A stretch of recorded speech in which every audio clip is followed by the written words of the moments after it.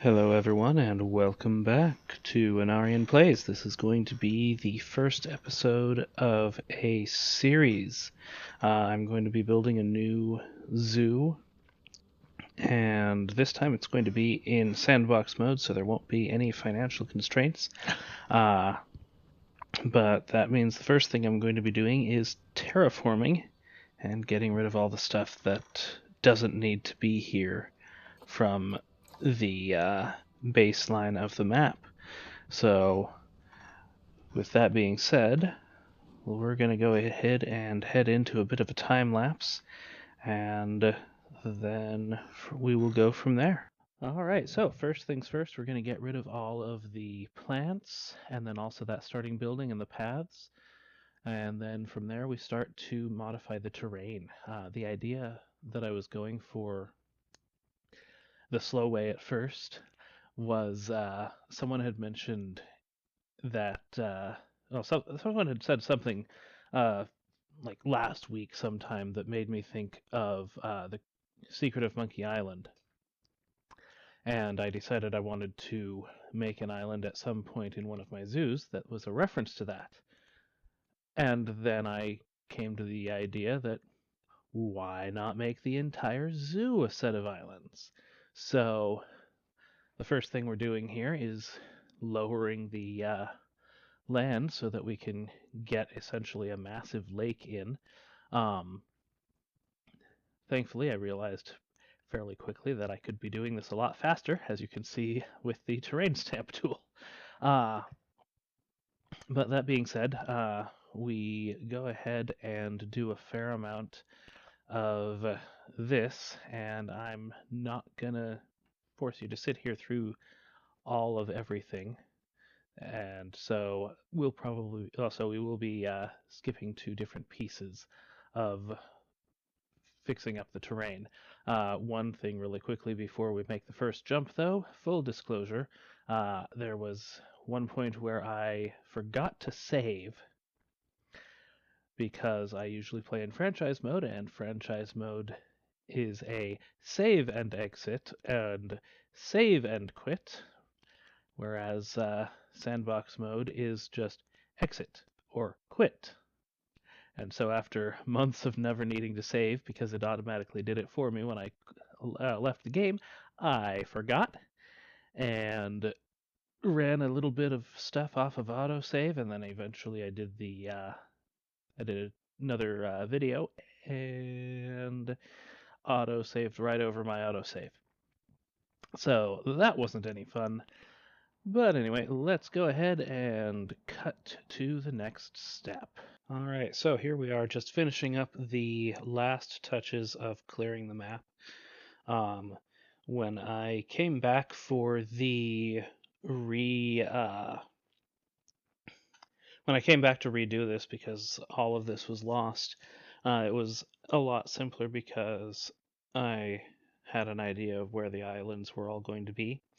And so that made it much simpler to just cut them out of the earth rather than having to go back in and put them in. But I left this in just as a bit of,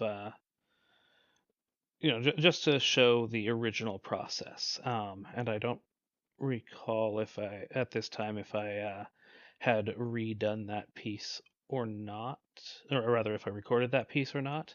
Um, And then also, there's another bit of important stuff. You see, there's now that we zoom in, there's kind of little bits and pieces that are standing out, and I wanted to make sure to remove those.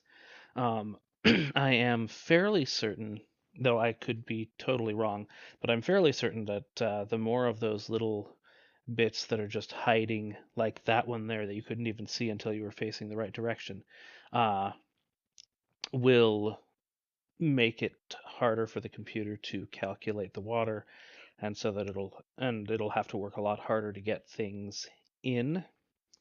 As you see there's a couple more little micro islands there that I missed the first time through.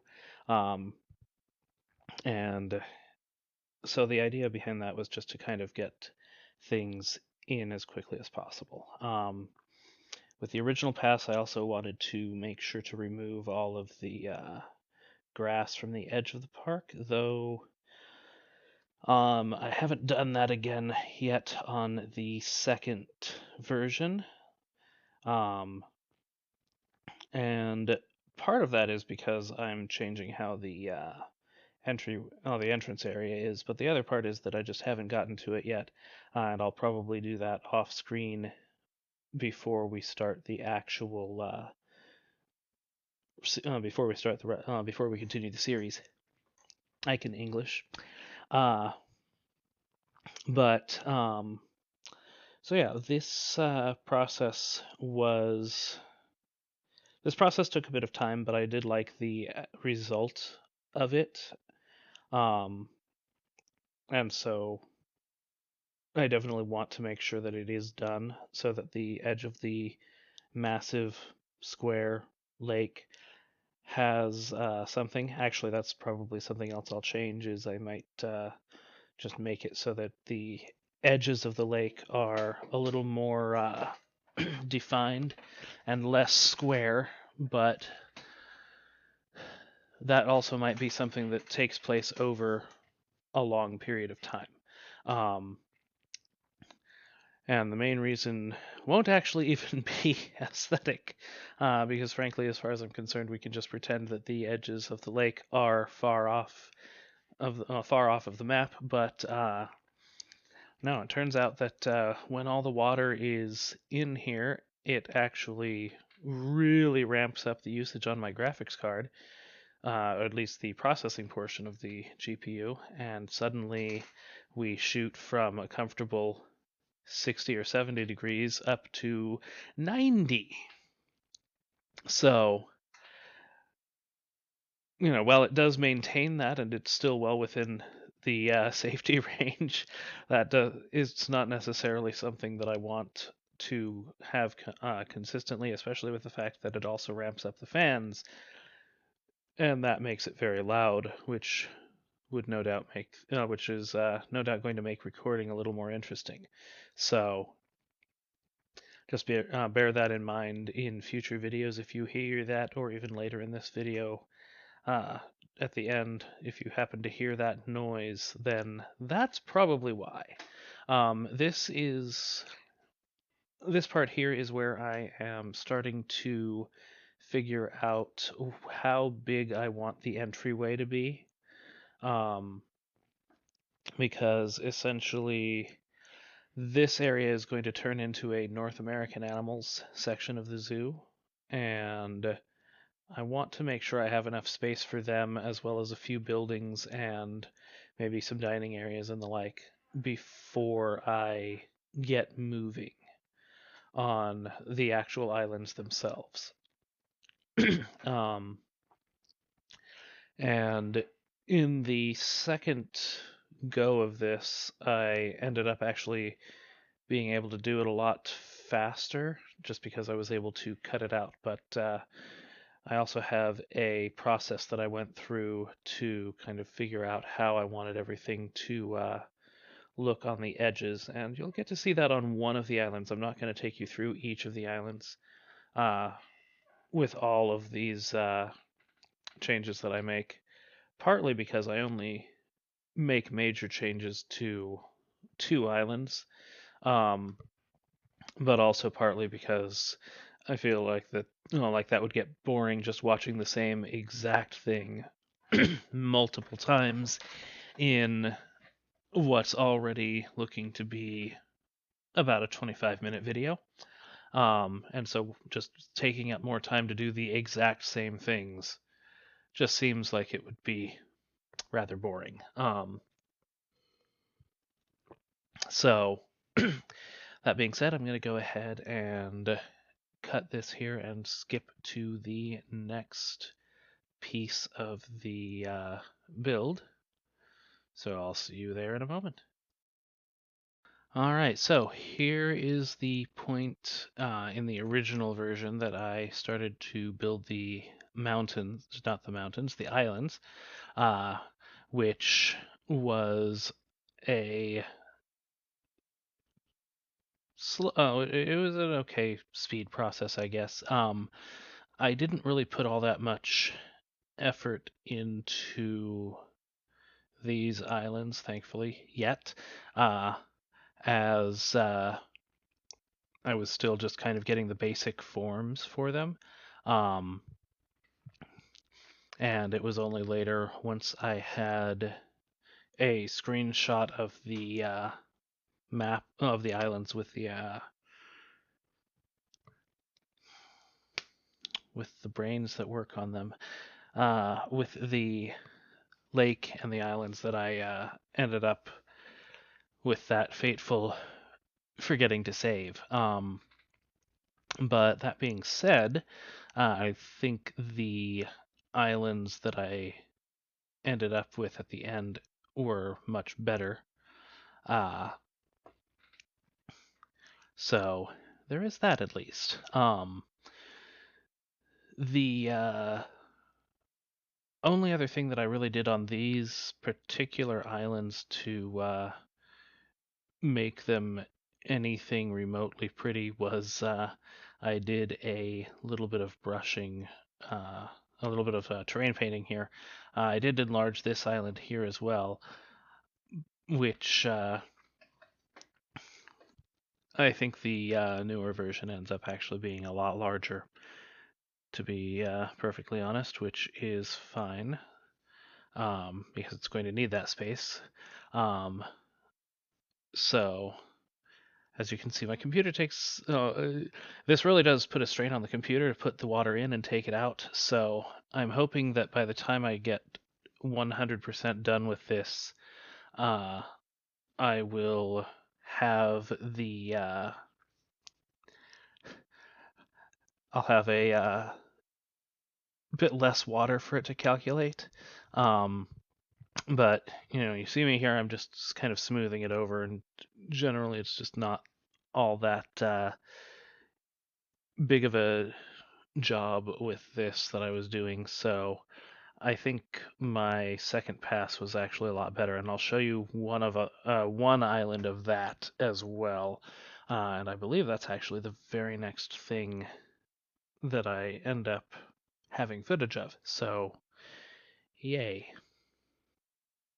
All right, so here we are moving on to the better way that I realized to do all of these things. There's still one of those sneaky little pseudo islands there. So first, we're using the pull tool to kind of eliminate the sharp lines on the top of the islands there, and the idea there is to just kind of nature doesn't do sharp lines all that often, so I wanted to try and make that a lot more natural than it was. Um, the next step is we went ahead and I go ahead and flatten the tops there, and that is mostly just for sake of ease when I get around to the to actually building on the islands. And I also did this for the entrance shore as well. And then we move on to chiseling. And the chiseling is actually the more important thing because nature doesn't do straight lines either. So we I'll chisel it away to make it look different, and then I go over and smooth it down to give it a bit more of a worn look. Um, and then I repeat the process for the other islands as well. Then I'm working here on the first island, which is going to be the South American island, I think it was. So I want to have a raised area for the guests above the rest of the of this particular island. And then I also wanted to put in a mountain here. So at first the mountain doesn't look all that great, but I keep pulling more land out, and eventually it finally starts to kind of look like something that you might see, you know, out as real terrain. Uh, this is kind of an interesting process, and I definitely learned a decent amount of how to do these things with the pull tool for creating mountains and other geographical features. And I imagine that it would translate just as well to the push tool, as, if not in reverse. But I can't say that for sure.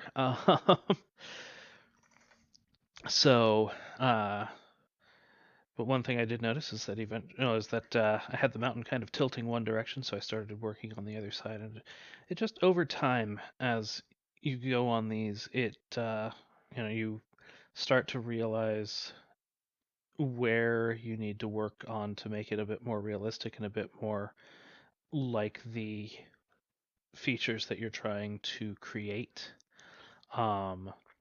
This island is definitely the one that I spent the most time and effort on. Um, I started chiseling away at the mountain to kind of give it a more rough and craggy look, and then started painting away at the lower bits. I will note now the mountain itself is done. The plateau and the rest of the terrain brushing are not. Or rather, now at the end of now that I've already done it all, I know the mountain's done, but the rest of the terrain brushing isn't. As you can see, I'm still working on the terrain for the mountain now. But I went ahead and started with rough rock and then painted over some of that with some smooth rock to kind of lessen the severity there. And then I put in some dirt on the mountain and even some grass at different points just to kind of liven it up and give it a different a better feel. And then the next thing I did, since I do know that this is going to be the South American island, once I was done with that, I started going through and putting a bunch of foliage on the mountain as well, and then the rest of the island. I would say that none of this is final. In fact, most of it is just here as place marker to be explored at a future date. That's why I'm not really putting all that much effort into placing the trees and such. Sure, I'm putting them all over the place, but I'm not really doing that much to rotate them for the most part or change between different trees. But, again, this is not by any means the final look for the island, even. It's just kind of there to mostly remind me, with the types of trees that are there, what continent this one is for. So, um, but yeah, so I do have some ideas for what I want to do here. I'm not sure how many of those ideas will survive into actual execution, but for now, that's where we are. Finally, here I put in the paths, or rather the guest spawners. So this is where the guests will show up, and then so this is where the guests will show up, and we will probably start building from here, and that will be the next episode.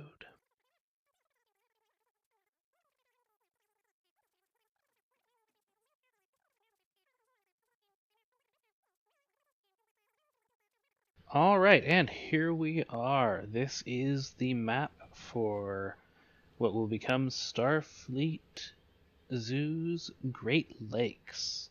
If you have any thoughts that might help make this build go a bit faster, or better at least, please feel free to leave them in the comments. If you have anything in particular that you would like to see from this build, feel free to do the same. We are going to I'm probably going to start with this area here, just as the entrance and the North American animals. One thing to note, due to the nature of this build, I will be assuming that a lot of the things such as parking lots and all that you see in a lot of other YouTubers' builds are off-screen.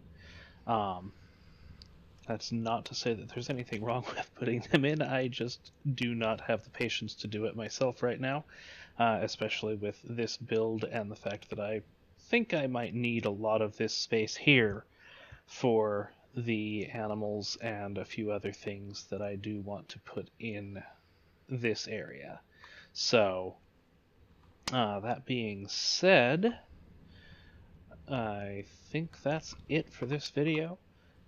If you want to if you want to join along and hopefully participate in the construction of this zoo, feel free to subscribe. I'm going to be building this for the foreseeable future, and yeah, I'll catch you all in the next one.